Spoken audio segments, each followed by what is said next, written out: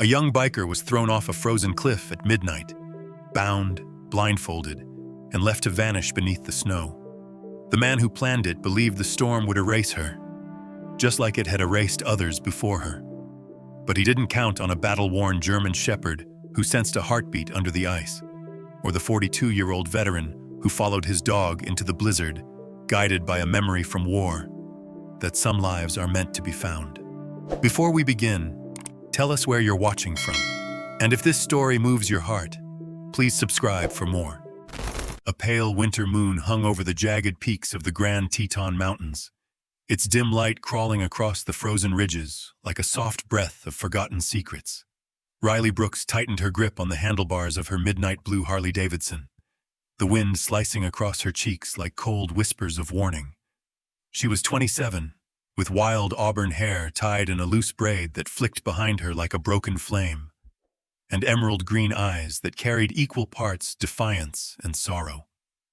Her beauty had the kind of rugged edge found in women shaped by both asphalt and loneliness. Lean, athletic, leather-clad, and marked by a faded silver scar just above her left eyebrow, earned during a less-than-friendly roadside bar brawl 3 years ago. She rode not for thrill, but to outrun something. Perhaps the memory of a father who died on a twisting Montana road, or the nights she spent listening to her mother cry behind a locked door. In the underground biker community around Jackson, Wyoming, Riley was known for two things: her unmatched riding skill on treacherous mountain roads and her uncanny ability to spot a lie from a mile away. That last talent had gotten her into trouble named Vince Caro. Vince was a man people described with lowered voices.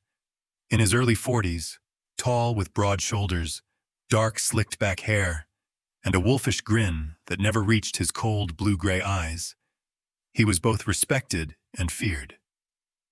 His black leather coat, trimmed with wolf fur at the collar, was more than a garment. Some said it was his armor, a silent message that he hunted alone, and that he always finished the hunt. He ran a logistics company on paper and a smuggling empire in reality.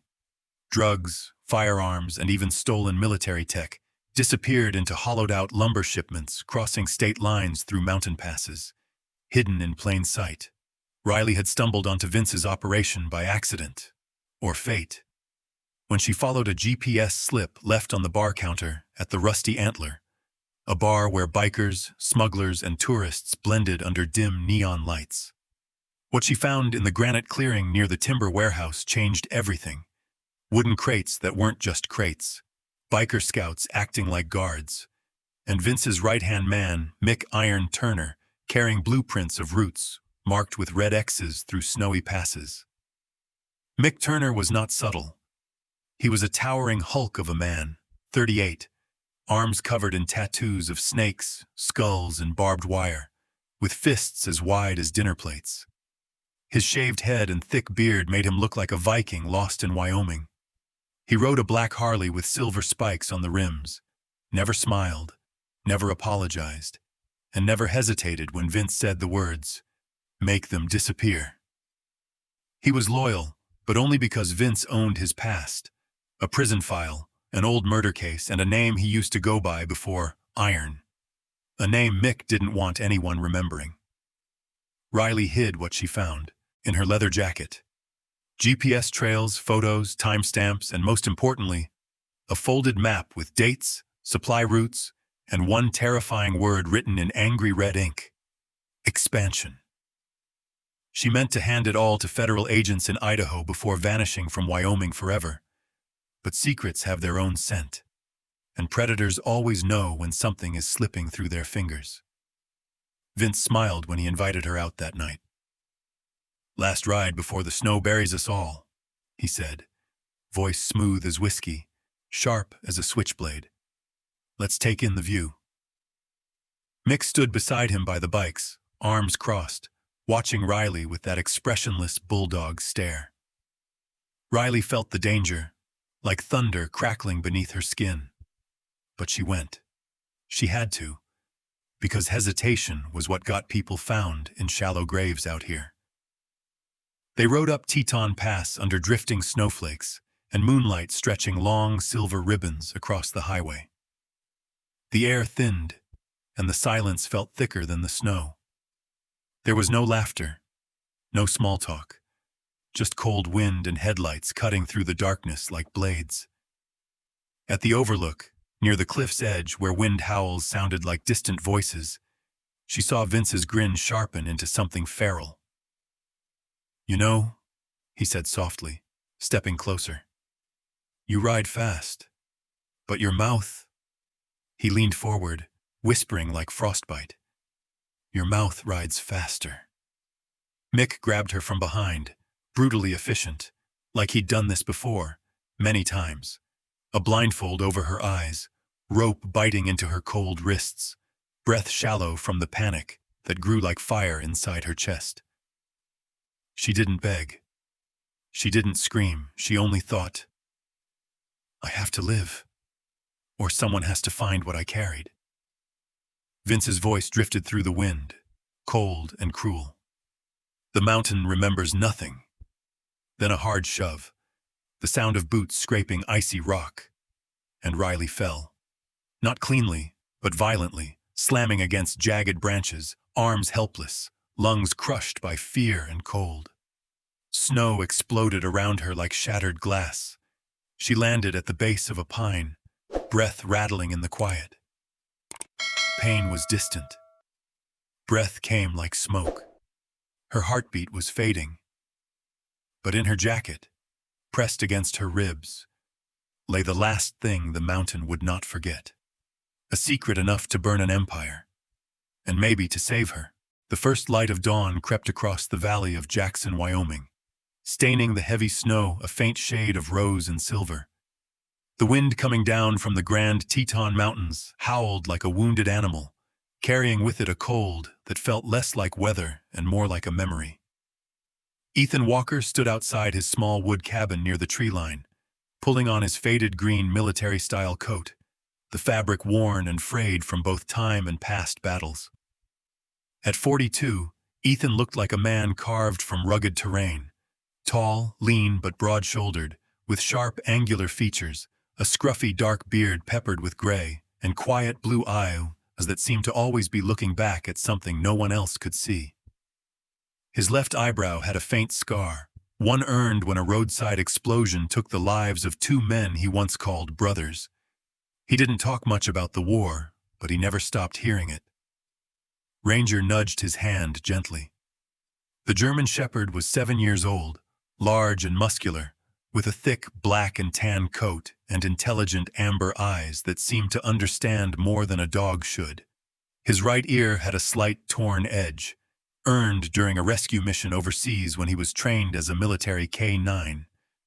He had saved Ethan's life once by pushing him from harm's way, and Ethan swore from that day the dog would never wear a vest or face a bullet again. Ranger now walked without rank, but still with purpose. Their morning walks were ritual, almost sacred. Ethan always joked, "It's the only kind of therapy that doesn't come with a bill." Ranger led ahead, moving with silent precision along the snowy ridge trail. Ethan followed, hands in coat pockets, boots crunching softly through the snow. He liked the cold. It was honest. It didn't pretend to be anything other than what it was. People rarely offered the same courtesy. Just as he reached the narrow part of the path, Ranger stopped. Not paused. Stopped. Nose lifted, chest rigid, tail stiff, ears tilted sharply toward the northern slope. Ethan froze too. There was something familiar in the dog's posture. Not the posture of alertness, the posture of certainty. Ranger let out a low, rumbling growl, then suddenly sprinted uphill, paws kicking up thin clouds of snow. "Ranger!" Ethan shouted, slipping on the icy trail as he tried to follow. "If that's another deer, I swear I'm becoming vegetarian, you little traitor." But this time, Ethan knew the dog wasn't chasing prey. Instinct roared through his veins. His training kicked in. Scan sightlines, check wind direction, look for irregular patterns. And there it was, A strip of disturbed snow halfway up the ridge, broken branches, indentations too heavy to be animal tracks. Human. He scrambled up the slope, breathing heavily, feeling a pulse of something he hadn't felt in years. Adrenaline mixed with purpose. At the base of an old pine tree, partially buried beneath a drift of ice and broken twigs, Ranger was whimpering softly, curling protectively around a still figure. Ethan's breath caught. It was a woman. Young, bound, blindfolded, skin pale blue from cold, lips cracked and dusted with frost. Her auburn hair was tangled with pine needles, her jacket torn, her wrists bruised from rope. But she was breathing. Barely. Riley Brooks. Ethan didn't know her name yet, but something in her posture, something in the way Ranger guarded her, told him everything he needed to know. She wasn't a runaway. She wasn't a lost hiker. She was someone who wasn't meant to be found. Ethan dropped to his knees, brushing the snow gently from her face. His fingers trembled, not from the cold, but from a flicker of recognition. Her breathing was shallow, fading by the second. Ranger looked at him, as if saying, "Now or never." Ethan's voice was calm, steady, the voice of a soldier returning to duty. "Okay, girl, you hold on. We didn't come this far to lose you." He slid his knife from his belt and cut through the frozen strip of rope binding her wrists. The knots were brutal, wound tightly by hands that knew how to silence people. He freed her hands, checked her pulse. Weak, fading. But there.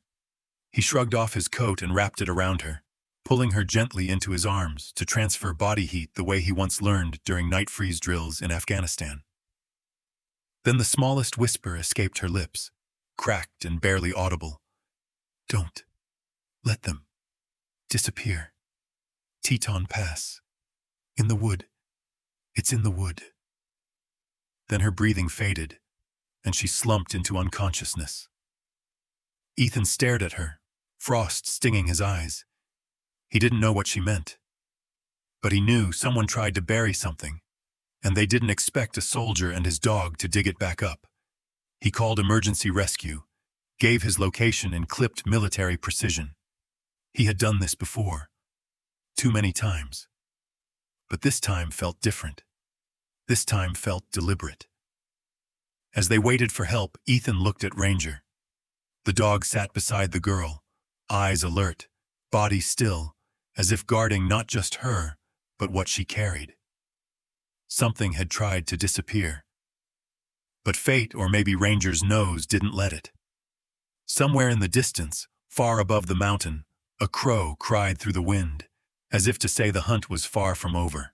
Snow hammered Jackson, Wyoming, with an unforgiving persistence, turning the town into a ghostly blur of muted lights and wind-swept white. Inside St. John's Medical Center, the storm's violence faded into a soft, constant hum behind the frosted windows. Riley Brooks lay pale but alive, a thin line of pink returning slowly to her frost-bitten cheeks. Her auburn hair was no longer tangled with ice, but brushed and tucked behind her ear by a nurse who didn't know the chaos this girl had survived. In the corner of her hospital room, Ethan Walker sat in a metal chair too small for his broad frame, arms folded across his faded green coat, eyes weary but watchful. The fluorescent light revealed the deep lines around his eyes, lines carved not just by age, but by memory. Ranger, the German shepherd, lay near the door, head resting on his paws like a sentry on silent duty. When anyone approached, his amber eyes would lift, assessing, before lowering again. Riley stirred, wincing slightly. Ethan handed her a cup of warm water. "Slow," he said, voice low but steady. "You're not racing a Harley today." She attempted a faint smile, one corner of her lip lifting. "Feels like I got hit by one." She watched Ranger, her gaze softening. "He found me?" Ethan nodded, rubbing the back of his neck unconsciously. "He heard something I didn't. He's better at listening." Riley looked at him for a long moment. Something unspoken passed between them, an understanding that their collision was not an accident, but a crossroads. A knock at the door broke the silence. A short, warm-faced nurse stepped in, holding a neatly folded leather jacket. Riley's jacket. The same jacket that had been buried under snow and blood. The same one they cut her out of to start warming her. The nurse gently placed it on the end of the bed. "We cleaned it as best we could," she said cheerfully. "Looks like someone patched it before. There was stitching inside the lining. Must have done it in a hurry." Riley frowned slightly. She hadn't stitched anything. Ethan's eyes narrowed. He reached for the jacket. Carefully, he ran his fingers over the inside lining, feeling for uneven thickness. He found it. A seam, sloppy, crude, stitched with dark thread. Not professional, not meant to be seen. With a small pocket knife, he cut the stitching away. Something small and hard slipped onto the bed with a dull thud. A silver USB drive, scratched and dented. Ethan looked at Riley. She looked back, eyes widening. But there was more. He felt deeper and pulled out a thin laminated sheet, creased, marked, circled. A map, a route, smuggling paths lining the Teton Pass at night. Markings of timber load, South Convoy, drop point 3, and one phrase scribbled in red. White Elk Storage. The room felt colder. Even Ranger lifted his head, ears pricking sharply as if sensing tension in the air. Riley's heart pounded, color rising to her pale cheeks. That's what they tried to kill me for. Ethan exhaled slowly. "In the wood," he murmured, recalling her snow-frozen whisper. "Not buried in trees, hidden inside wood." Before he could finish, a brisk knock sounded, and the door creaked open. A woman in her late 30s entered. She wore a long charcoal wool coat over a navy suit, snow melting on the shoulders. Her dark brown hair was tied in a tight bun, and her hazel eyes were sharp but kind. She carried herself like someone who believed in duty more than comfort. "I'm Special Agent Jenna Moore," she said, flashing a federal badge. "We received a call about an attempted homicide victim found near Teton Pass." Ethan stood, carefully observing her. Ranger stood too, tail low but non-threatening. Jenna approached Riley's bed, voice softening. "You're lucky to be alive, but I think you know that. We need to talk about what happened." Before Riley could respond, footsteps sounded behind Jenna, a heavier presence. The door opened again, and Jackson's sheriff, Cole Matthews, entered. Tall, mid-50s, neatly trimmed gray mustache, weathered face that had once been friendly, eyes like cold gravel. He smiled, but his eyes did not. Well, Ethan Walker," he said with forced warmth. "You always did have a knack for being in the wrong place. Right time." He turned to Riley. "And you must be our mystery girl. Quite the drama up on that mountain, huh?" Ethan's jaw tightened. He said nothing, but he noticed Jenna watching the sheriff closely. Too closely. Sheriff Matthews walked to the end of the bed like he owned the room. His badge caught the light, but Ethan noticed his finger tapping the metal. Nerves. He was nervous. He leaned closer to Riley, too close, and smiled like a man who wanted to seem safe. "Sometimes," he said softly, "knowing less is what keeps you alive longer." Riley quietly pulled the blanket higher. Ranger growled, just once, low and sharp. The sheriff stepped back. 10 minutes later, Sheriff Matthews left with a cold smile and a too-slow glance at the jacket on the bed. That night, long after hospital lights dimmed, Ethan lay awake in his cabin, snow tapping steadily at the windows. Ranger rested by his feet. Suddenly, glass shattered. A shot rang out, tearing through the front wall, splintering wood. Ranger sprang to the door, barking furiously. Another shot.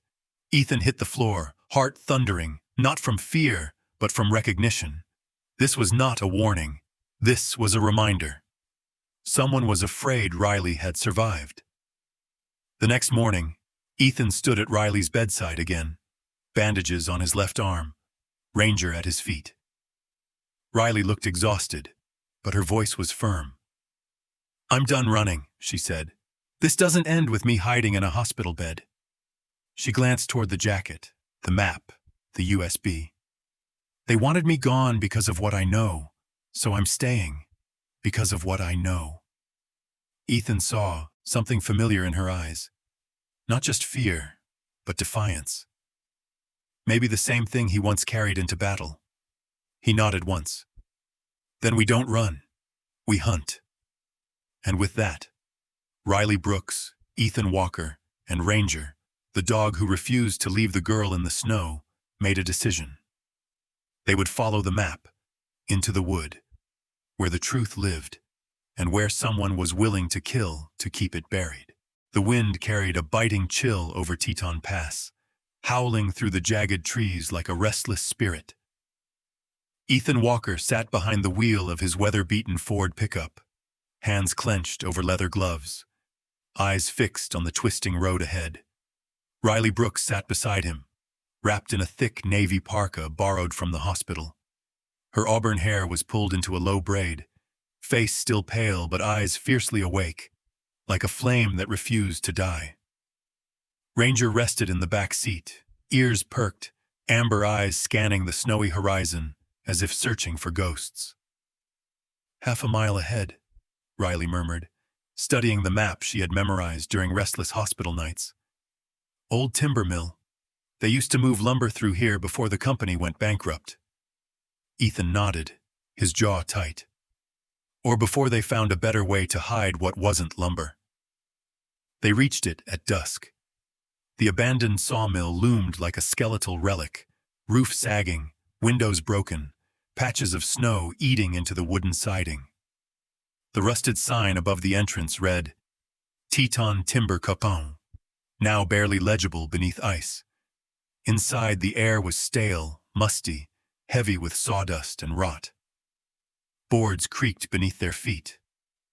Ranger led the way, nose low, tail stiff.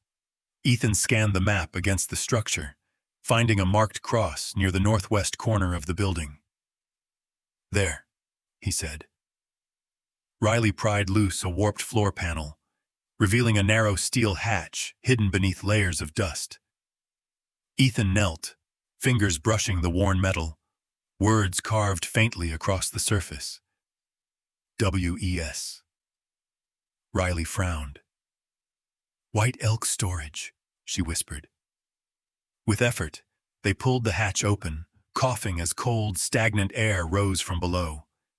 Ethan switched on his flashlight, revealing rows of hollowed-out logs stacked neatly, each one a perfect shell for weapons, narcotics, or documents no customs agent would suspect. Ranger let out a quiet whine, pacing nervously. Riley aimed her phone, recording every crate, every hollow log, every label. Ethan took photos, sending encrypted files to Jenna Moore. The signal was weak, but it went through. They had proof now, enough to bring down more than just Vince Caro. Then, thunder. But not from the sky. The roar of motorcycle engines shattered the silence, and floodlights split through the broken walls like lightning. Ethan's flashlight dropped as he whispered, "They're here." Harleys swarmed the snow-covered yard, chrome glinting under the dimming sky. Biker silhouettes emerged. Heavy coats, leather vests, skull helmets, iron chains swinging at their sides. At their front stood Mick Iron Turner. His broad frame towered over the others, leather jacket gleaming with a metal serpent emblem stretched across the back. His square jaw and harsh, scarred features twisted into a smirk when he saw Ethan and Riley. "Well, well," he bellowed, voice rough as gravel. "Looks like our little snow queen survived the drop." He tossed a Mountain gas can into the air, caught it again casually. "And now, sweetheart, you disappear properly." Gasoline sprayed across the floor, soaking into old timber.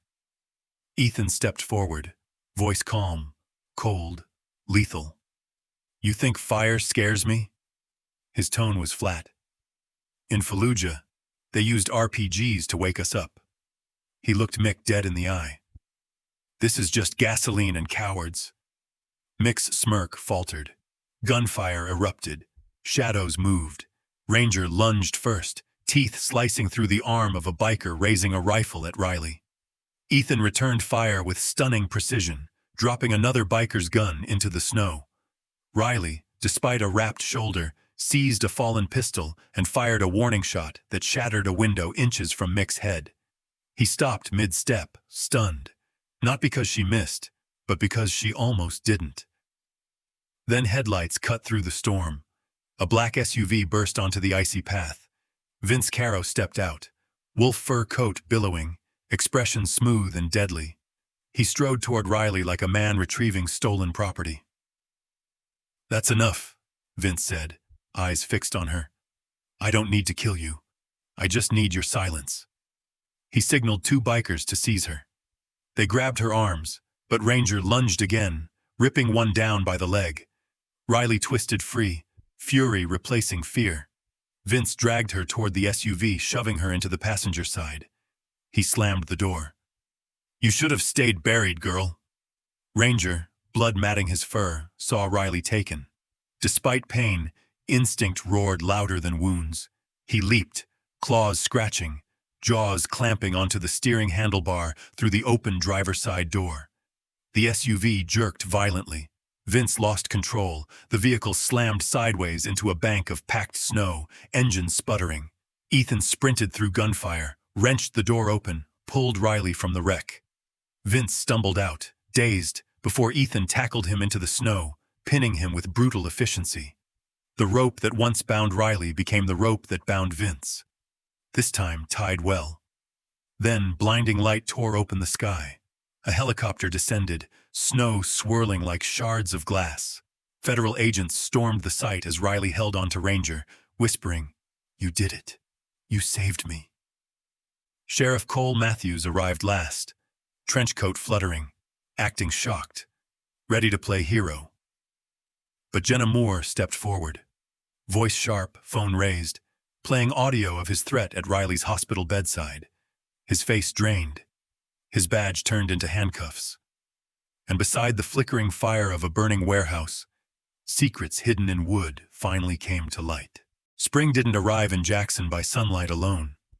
It crept in through soft winds that smelled of pine and thawed earth, through streams that cracked open their icy shells like secrets finally spoken, and through human hearts that had, for too long, believed that winter was the only season they deserved. The courthouse in Cheyenne was colder than the snow itself. Gray stone walls, oakwood benches polished by weary witnesses, and restless camera shutters waiting to capture the fall of men who once believed they controlled the storm. Vince Caro stood before the judge, his formerly immaculate wolf fur coat now replaced with a standard gray jumpsuit and shackles that rattled with every breath. His eyes, sharp and hungry, had finally dulled, not with fear, but with the realization that power built on silence eventually crumbles when someone decides to scream. The sentence was life imprisonment, with no chance of parole. Mick Turner, face hardened, arms covered in fading tattoos, was given nearly the same. His scowl never left Ethan's direction as he was taken away, yet somehow it wasn't anger in his eyes. It was envy, envy of a man who had fought a war and still remembered how to love. Sheriff Cole Matthews didn't speak when the cuffs clicked shut around his wrists. His badge, once a symbol of law, now lay discarded on the marble floor, a small, pitiful relic of corruption that gleamed briefly before someone kicked it away. And just like that, Jackson inhaled freedom. Snow vanished like ghosts fading at sunrise. The Snake River glittered in bright rippling ribbons of silver and blue. Kids returned to fishing spots. Old men gathered on porches again, telling stories of winters that made them stronger, and springs that taught them to heal. Ethan Walker attended his PTSD therapy sessions because the VA said he should. The walls were light blue, the coffee lukewarm, and Dr. Wayne Fullerton smelled faintly of eucalyptus and understanding. Dr. Fullerton was in his late 50s, slight gray beard, tired but deeply kind eyes. A former field medic, he had a way of listening that made silence feel like language. Ethan didn't like talking about feelings, but Dr. Fullerton never asked him to. He only asked, "Where were you, mentally, when you felt most alive?" Ethan's answer surprised even himself. "On the mountain, with Ranger. When she was frozen but still alive. And when I didn't feel like a soldier, I felt like someone worth saving." The doctor nodded slowly. "Then maybe healing isn't about forgetting the fall. It's about remembering who climbed with you." On a mild April afternoon, Riley Brooks sat on the porch of Ethan's wood cabin, polishing a brand new jet-black Harley-Davidson with a silver stripe running across the tank. Compensation from the case, though she called it her souvenir from the edge of the mountain. Her hair, now trimmed shorter, blew lightly in the breeze. The bruises had faded, but some scars stayed. Ones you couldn't see unless you looked into her eyes long enough. Ranger sprawled lazily across the porch, one ear raised, because even in peace a German shepherd never truly sleeps. Riley chuckled and scratched behind his ear. "If God gives me another life, I hope he gives me another dog like you, buddy." Ethan walked onto the porch, coffee in hand, beard a little thicker, steps a little lighter. "If God gives you another life," he said dryly, "maybe don't try flying motorcycles off cliffs to test fate." She grinned, tapping the Harley's mirror. "Where's the fun in that?" They sat that evening with Ranger between them, watching the Teton range glow like embers cooling after a long fire. Slowly, Riley reached for her notebook, the same one that held maps, secrets, and now something softer. She wrote, "Not everyone thrown off a cliff disappears. Some fall to learn who will climb down to find them. A tired veteran, a loyal dog, and a small town that still knows how to blush at its own silence." The next morning, Jackson stirred with something more than sunrise. Motorcycles lined Main Street, clean leather, chrome shining, helmets hanging on handlebars like flags of defiance. Riley adjusted her gloves. Ethan zipped his coat. Ranger trotted beside them, tail high. Today, they weren't running. They were leading. The banner read, "Winter Ride for Vets, because even fallen soldiers can rise again." As they rode out of town, the last flurries of winter snowfall drifted across the road, not as threats, but as blessings. Somewhere high on the Teton cliffs, where cold once tried to silence a heartbeat, spring whispered through melting snow. And for those who listen closely, it still sounds like breathing. Sometimes miracles don't arrive with thunder, sirens, or flashing lights. Sometimes they come quietly, wrapped in snow, in the bark of a loyal dog, or in the hand of someone who chooses to climb back down the mountain for you. Some miracles are found in forgiveness, some in courage. But many are found simply in the people who don't walk away. In the story of Riley, Ethan, and Ranger, we saw that a fall doesn't always mean an ending. God may allow us to fall not to break us, but to guide us to the place where we finally look up. The wind may be cold, the night may be long, but grace has a way of finding those who still carry hope, even if it's buried beneath ice and fear. And maybe the real miracle wasn't just survival. It was the moment hearts chose compassion over silence, loyalty over comfort, and courage over fear. That's the kind of miracle God still performs every single day. Through hands that help, through voices that speak truth, and through hearts that refuse to stop loving. If this story touched something deep in you, don't keep it buried. Share it, so someone else might believe again. Comment your thoughts, your prayers, your hopes, your stories. And if you believe in kindness, loyalty, and second chances, subscribe and stay with us. Because somewhere out there, another miracle is waiting to be told. and maybe yours will be next. May God bless every heart that still listens for his whisper in the storm, and may he keep you safe, warm, and brave, no matter how high the cliff or how cold the snow.